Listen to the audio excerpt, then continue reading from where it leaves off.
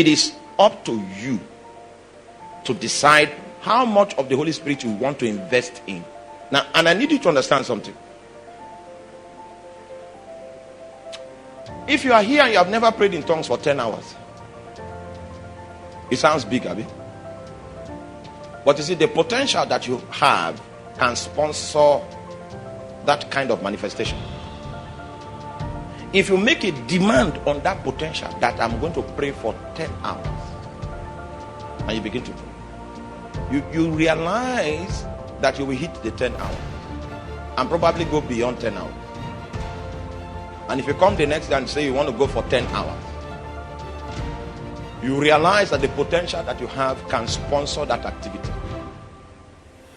The system is inexhaustible. That's how everything that is a resource from heaven, like salvation, is inexhaustible.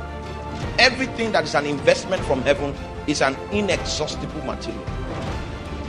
So if you decide to program yourself for 10 hours and you are determined to achieve it, that potential can support that ambition. Now, what I'm trying to make you understand, which I need you to really understand, is that God, the day you were baptized in the Holy Spirit, you can actually determine how far, how much capacity you want to develop on the account of that investment. And it is up to you, not up to God. Because I was a Christian for many years and I never prayed for 10 hours. Then somebody now said, I prayed for 10 hours. Wow. So I asked the person, how did you do it? Were you standing for 10 hours? I asked all the questions that will give me insight into how that was achieved. The person told me that he was lying on the bed and praying in tongues for 10 hours. So I went back home and I used my pillow. I spoke in tongues. So just trying to exercise myself, I've discovered that I've spoken in tongues for 5 hours.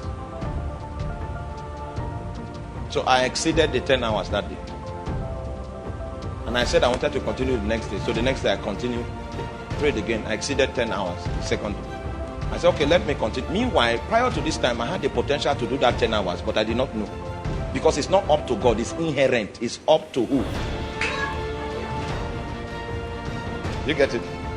That's the kind of investment. So if at the end of the day in life you become small, it is not because God made you small. It is because that was the extent to which you made a demand on the potential energy that you receive. You see, hey, are you still with me? So it is not God's fault that you are like this.